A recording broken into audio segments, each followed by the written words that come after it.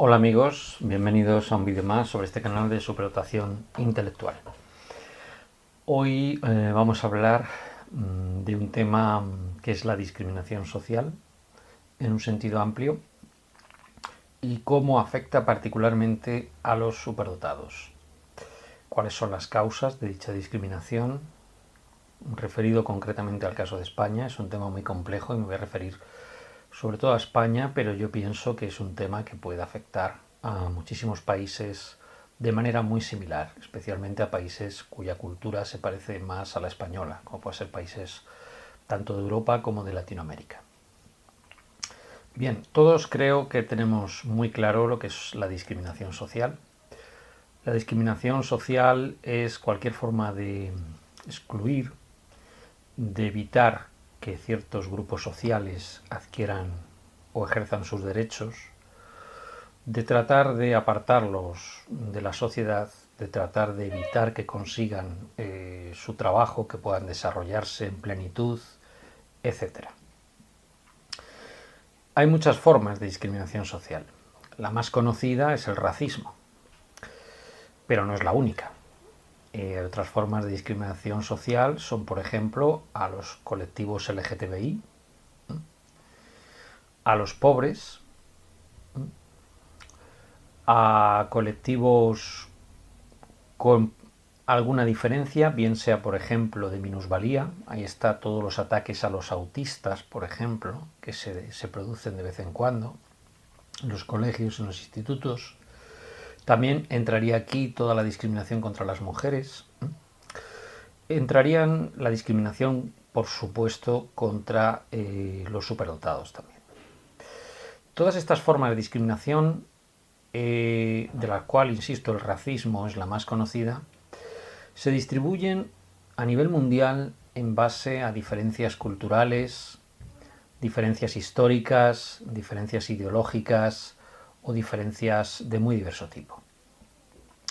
Si vemos un mapa, por ejemplo, del racismo, publicado recientemente por el Washington Post, podemos observar, para nuestra sorpresa, que uno de los países donde hay más delitos o problemas raciales es en la India.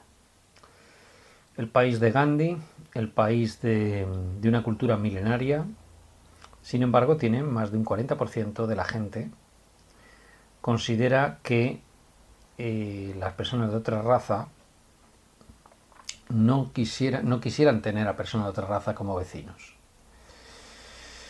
Ese porcentaje disminuye a un 30 aproximadamente por ciento en algunos países africanos del sureste asiático y puede llegar en torno a un valor del 15% de las personas que contestan que no quisieran tener como vecinos a otras personas de diferente raza, en el caso de Rusia, en el caso de China y en el caso de otros países. En el contexto europeo hay cierta simetría. Los países más tolerantes, nuevamente, son los escandinavos, también el Reino Unido, que tiene una gran cantidad de inmigrantes. Luego vendrían países como España, Alemania, etc. Con un 5%, que a mí me parece mucho, de personas, de un 5 a un 9,9% de personas que no quisieran tener a otra persona de otra raza como vecino. Pero vamos a ceñirnos al continente europeo. En este estudio, publicado por un investigador de Harvard, Milos Popovic, aparece lo que sería ya el racismo con otra pregunta, que es ¿qué piensa usted de las personas que tienen otro color de piel, ¿no?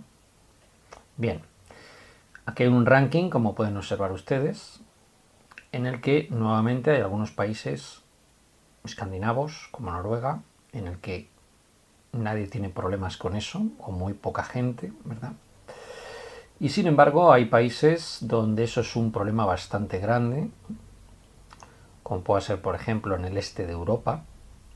Sorprende el caso de Italia también. Y España estaría, pues no precisamente en una posición demasiado buena. Es decir, somos el, 3 y 3, 6. estaríamos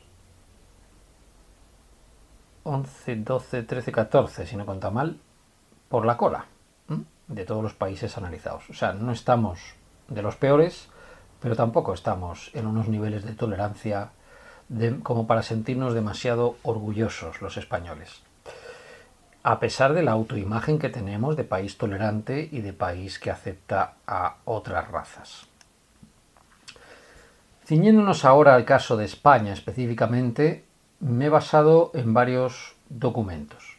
Por un lado, La evolución del racismo, la xenofobia y otras formas de intolerancia en España, publicado por Mercedes Fernández, Consuelo Balbuena y Raquel Caro, y editado por el Gobierno de España. El movimiento contra la intolerancia genera un informe que se llama Informe Rassen, contra el racismo, la xenofobia, el antisemitismo, la islamofobia, el neofascismo y otras manifestaciones de intolerancia a través de hechos que registra este informe. Esta es la edición del 2018. Y también para el 2018 el informe sobre la evolución de los delitos de odio en España del Ministerio del Interior del Gobierno de España. Estos son los 3 documentos, más otros documentos consultados en los que me he basado para hacer mis conclusiones sobre la situación de la intolerancia en este país llamado España. Bien, lo primero que nos llama la atención es la desigualdad del mapa de los delitos de odio, bien sea por ideología, por xenofobia, por racismo o por orientación sexual, los he agrupado todos, en el 2018. Podemos observar que hay puntos negros en la geografía española. Ahí están esas regiones donde el nacionalismo prospera, como pueda ser Cataluña y el País Vasco, algunas zonas del norte de Castilla. Vemos curiosamente la asimetría que hay en Galicia. Y vemos ciertas zonas de tolerancia en lo que sería, por ejemplo, el sur de Castilla, el sur de Extremadura, no el norte, hay cierta desigualdad ahí. Y, bueno, curioso también el caso de Canarias, con diferencias entre la zona occidental y la oriental. Estos son datos con delitos de odio, en todas sus formas, todas las formas que registran esos informes que he aludido previamente. Pero vamos a ver un poco la tipología de los delitos de odio, de los delitos de intolerancia. Nos llevamos aquí una sorpresa. Y es que pensamos que la mayor parte de delitos podrían ser dirigidos hacia minorías étnicas, en el caso de España, pero no es así. Es hacia los propios españoles. Es decir, los españoles toleran mejor a los extranjeros, donde aparece un 25,4 de problemas de odio contra extranjeros, que contra los propios españoles, donde llegan casi un 75%. Es decir, nosotros tenemos problemas entre nosotros, entre los compatriotas que en ese momento hemos nacido en España. Pero los compatriotas, es decir, las personas que viven aquí, que son extranjeros en origen, no nos generan tantos problemas. Esto llama mucho la atención. Luego, si lo vemos por razas, que es, como digo, un 25%, es decir, un cuarto, vemos que la mayor parte de problemas son dirigidos hacia latinoamericanos y sobre todo hacia africanos, no tanto hacia la Unión Europea y no tanto hacia Asia. También tiene que ver esto con la cantidad de inmigrantes de estos grupos, ¿no?, que haya. Este gráfico nos muestra efectivamente que la mayor parte de delitos de odio, como vemos ahí, son hacia españoles y concretamente por una razón que agrupa casi llega a la mitad de los delitos de odio, es por ideología. Es decir, ¿por qué partido político perteneces? ¿Por cuál es tu ideología? ¿Por cuál es tu forma de pensamiento? Hay otro grupo que es por racismo y xenofobia, es decir, al extranjero, aunque sea de la misma raza, o a otras razas. En algún caso por religión, muy poco, pero también por cuestiones de tolerancia sexual, es decir, por inclinaciones sexuales o por preferencias sexuales. Es decir, la mayor parte de delitos que se realizan de odio en España son por ideología, después por racismo y xenofobia y finalmente, en tercer lugar, por intolerancia hacia colectivos con otras preferencias sexuales a la de uno. Esto da mucho que pensar, sobre todo cuando vemos el tipo de acción que se suele utilizar, ¿no?, en estos delitos. Sobre todo amenazas, ¿no?, y incluso llegamos a lesiones en un 25%. También destacan, por ejemplo, insultos políticos, ¿no?, daños a propiedades, a objetos, ¿no?, etc. Vamos viendo un poco el perfil de la intolerancia en el caso de España. Y además podemos observar que la mayor parte de delitos de odio se hacen contra personas que están entre 26 a 40 años, es decir, las personas que inician principalmente su actividad laboral, ¿no?, serían principalmente las que sufren delitos de odio de cualquier tipo.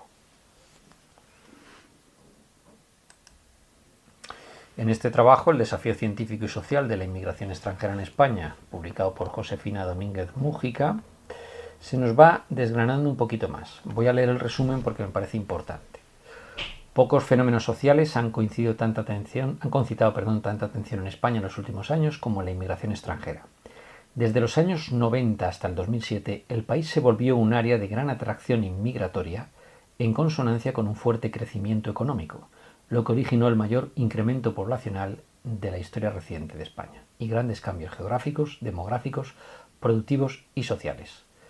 La crisis económica, que ocurrió en el 2008, ha transformado esta situación, lo que ha convertido la inmigración en un reto social de suma importancia y en un factor que permite evaluar los cimientos de la estructura territorial, económica y social de España en el tránsito de los siglos XX al XXI. Al mismo tiempo, los estudios sobre movilidad humana han registrado tal evolución conceptual y metodológica en las ciencias sociales que la inmigración ha constituido un eje transversal en un gran número de investigaciones, lo que ha supuesto un desafío científico para la geografía actual. Nos vamos a fijar principalmente en dos mapas. Fíjense ustedes cómo la cantidad de inmigrantes está muy desigualmente repartida, sobre todo en Madrid, algunas regiones del litoral sur, Islas Baleares, Canarias y Cataluña, y el resto no. ¿Tendrá esto que ver con la presencia en estos lugares de mayor cantidad de delitos, en algunos de estos lugares? Pues evidentemente. Ahora también nos llama la atención cuando vemos que la inmigración está muy desigualmente repartida en cuanto a grupos. Por ejemplo, alemanes en Canarias y Baleares, que no suelen generar problemas porque son como nosotros, son parecidos a nosotros, son europeos también, ¿verdad? Latinoamericanos que también se parecen mucho a nosotros, ¿verdad? Y estarían también presencia de marroquíes, portugueses en el caso de Galicia y el norte de Castilla, británicos incluso en el litoral, etcétera, etcétera, etcétera. Es decir, que los grupos de origen extranjero son muy diferentes de unas zonas a otras. Eso es otro factor que puede explicar un poco la intolerancia, pero en esta tabla que me he parado a ver en uno de los informes, podemos observar que la tasa de paro podría estar detrás también de esta intolerancia. Fijémonos en el caso de dos comunidades autónomas de España, concretamente Extremadura y Murcia, con tasas de paro muy diferentes. Pero comparemos sobre todo la tasa de paro de extranjeros respecto a españoles. En el caso de Murcia, los españoles en el 2017 tenían un 17,46% de tasa de paro y los extranjeros suben a 20%. Pero veamos el caso de Extremadura. Los españoles estarán en una tasa de paro del 25% y los extranjeros del 48%, que es altísimo. Ahora, de esos extranjeros, cuando desglosamos los que pertenecen a la Comunidad Europea, sería el 16% de paro. Comparemos con el 25% de la población nacida en Extremadura, con España, y comparemos con los no pertenecientes a la Unión Europea, que llegan a un 62%. ¿Qué significa esto? Por eso lo pone en rojo el informe. Porque en Extremadura, concretamente, y en otras regiones, pero es que es curioso porque ha elegido Extremadura y Murcia para comparar en este informe. Se da un altísimo paro en la población extranjera, especialmente no perteneciente a la Unión Europea. ¿Esto qué está indicando? Que se discrimina sistemáticamente en esta región, lo cual nos llama mucho la atención porque precisamente hemos visto que es una región que tiene muy poco inmigrante. Es decir, es altamente intolerante esta región a los inmigrantes, porque si encima de tener pocos están en un 61% de paro los que no están en la Comunidad Europea, significa que aquí activamente se rechaza al inmigrante. Esto es un hecho incontestable. Entonces podríamos plantearnos, ¿realmente en España existe un odio hacia el inmigrante? ¿Sí o no? Hemos visto que casi todo el odio, los delitos de odio se están produciendo hacia españoles. Por tanto, es inmigrante español. Es decir, persona que se desplaza de una zona a la otra. Recientemente está surgiendo con el tema de la pandemia todo un reactivarse de esta intolerancia de unas comunidades autónomas a otras, hasta el punto que la presidenta de la Comunidad de Madrid, Isabel Díaz Ayuso, ha llegado a decir que existe una madrileñofobia. ¿Está equivocada Díaz Ayuso? Vamos a escucharla. Han manipulado constantemente los datos para hacer siempre sangre contra Madrid. Y cuando había según qué cifras nunca se comparaban precisamente a lo mejor con la densidad de población que nosotros tenemos, sin atender a las peculiaridades de Madrid, siempre de manera sesgada y torticera. Han llamado a las huelgas, a las manifestaciones, a los sabotajes y han promovido una madrileñofobia nunca vista hasta el momento, desleal, injusta y que, desde luego, condeno enérgicamente. Bien, después de lo que ha dicho Díaz Ayuso, vamos a ver si realmente se lo ha inventado o tiene alguna razón de ser. Vemos que existe en la prensa distintos tipos de recogida de información sobre este supuesto odio al madrileño. Vamos a ver el primero de ellos. Concretamente en el diario La Información. Dice, hay miedo al contagio. Del odio al madrileño al deseo turístico. Las comunidades autónomas reculan en su veto a la capital. A ver, si reculan en su veto a la capital es porque evidentemente existía dicho veto. Y lo recoge la prensa. Vamos a ver otro editorial. Esta vez el periódico El País. ¿Ha resucitado el coronavirus la vieja fobia al madrileño? Ojo con el titular. La vieja fobia, o sea, la fobia que existía. Luego reconoce que existía una fobia al madrileño. Bien, vamos a ver este tercer artículo de Vox Populi, de Alberto Lardiés, que habla de la madrileñofobia. En Vox Populi. Vemos en El Español, ahora, madrileñofobia, de Jesús Nieto Jurado. Todo viene a raíz un poco de que se ha disparado este tema debido a la pandemia del coronavirus. En las fechas en las que nos encontramos, que es el 13 de abril del 2021, a la fecha de realización de este vídeo. El diario.es. La madrileñofobia es mucho más grave que esa pandemia de la que tanto hablan. Caramba, con el editorial. Y vemos en el ABC de la Comunidad Valenciana campaña de Ximo Puig, presidente de la Comunidad Valenciana en esta fecha de realización de este vídeo, contra la madrileñofobia. En Semana Santa no nos veremos, pero os queremos. Hombre, como madrileño de nacimiento, muchas gracias Ximo Puig por querernos, ¿no?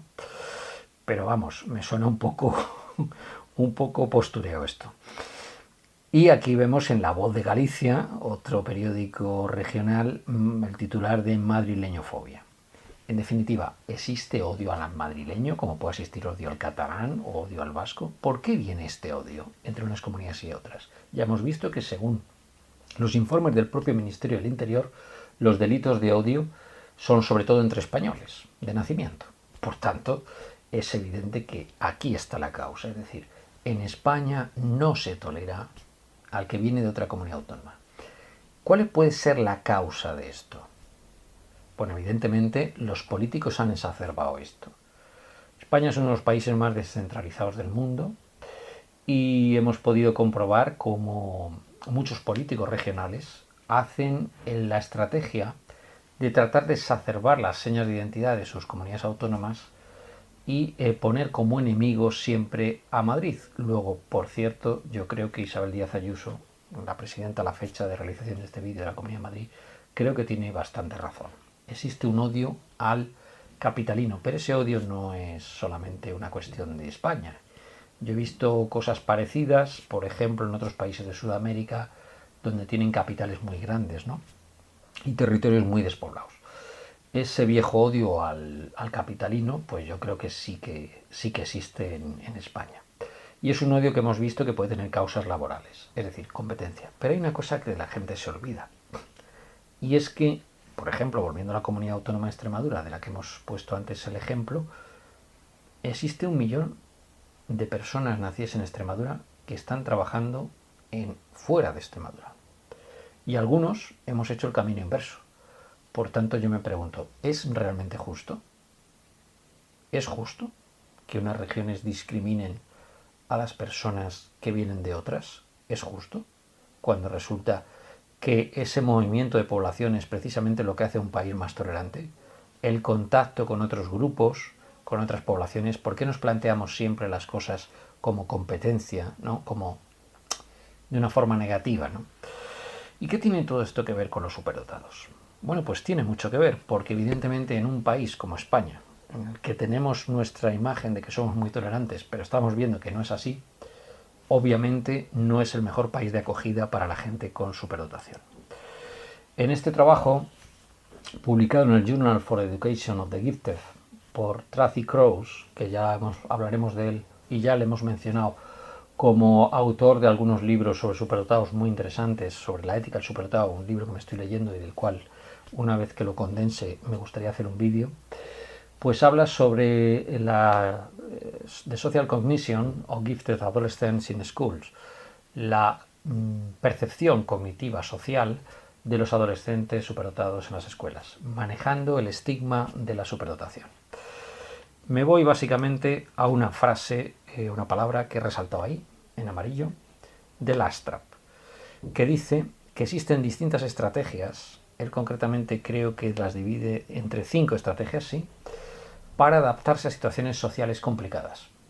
Los superdotados prefieren sobre todo la estrategia de aplacar, es decir, de pasar desapercibido, de no incentivar los odios. Luego, realmente, si esto ocurre en un estudio hecho en Estados Unidos, en zonas, concretamente en Tennessee está hecho el estudio, en zonas donde se hace mucho hincapié en los superdotados y está basado en 1.465 estudiantes en un periodo de 2 años, y evidentemente hay ahí una estrategia de aplacar ese odio, es porque evidentemente ese odio existe un odio a los superdotados, incluso en países que se supone que son bastante tolerantes hacia este colectivo. En este otro artículo, publicado en el libro Quality Education, del cual he sacado una copia en la red académica ResearchGate, que pueden ustedes ver información sobre redes académicas y cómo explorarlas en otro vídeo de otro canal de mi grupo, ¿no? De mi canal de YouTube, Change of Equity and Discrimination in the Education of Gifted Children.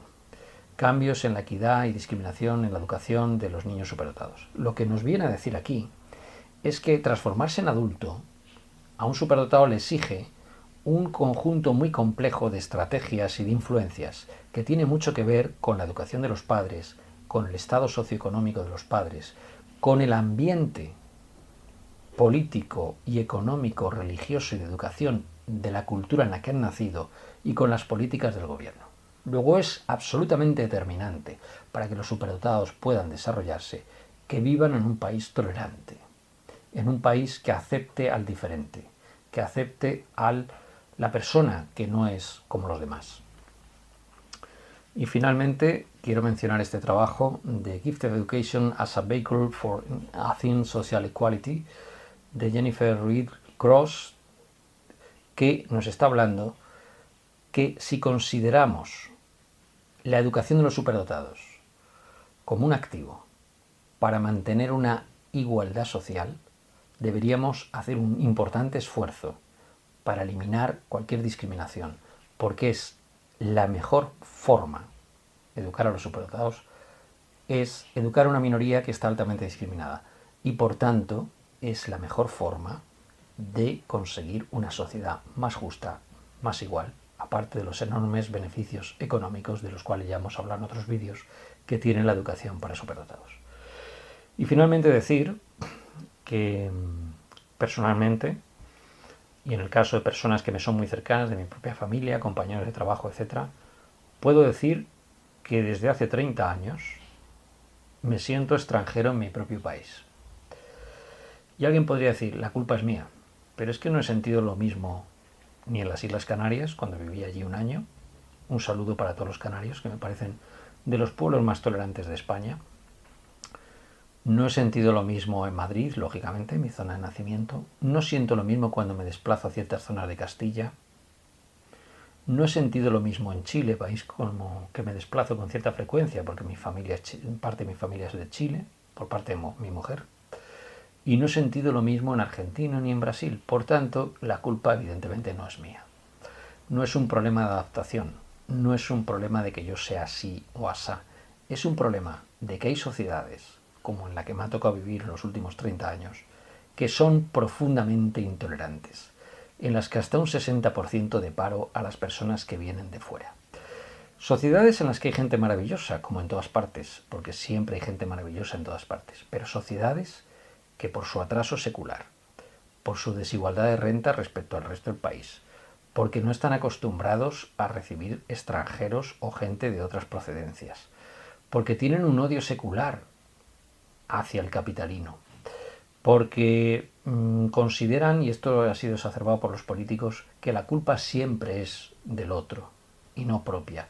Cuando un país, una región se desarrolla, no podemos echar, o no se desarrolla, no podemos echar toda la culpa siempre a los demás. Es decir, algo tendremos que hacer nosotros, ¿no?, para desarrollar nuestros lugares de nacimiento, nuestros lugares de vida, ¿no?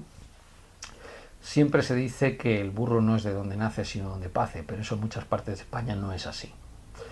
Y evidentemente, mientras no se nos deje a los superdotados que nos adaptemos, que trabajamos a gusto en los lugares donde estamos, pues no podemos contribuir al beneficio de la sociedad. No podemos hacer las cosas que realmente necesitamos hacer. Y nada más, espero simplemente que este vídeo sirva para que todos nos demos cuenta de que esa imagen idílica que tenemos de nosotros mismos a veces no se cumple y que hay zonas del país que son muy, muy sectarias y muy discriminadoras para otras personas. Y esto no es una crítica destructiva, es una llamada de atención para que esas cosas cambien. Porque mientras no cambien, mientras no seamos más tolerantes, no vamos a poder incorporar a la gente válida que desea trabajar, simplemente. Pues nada más, un saludo y hasta otra. Gracias.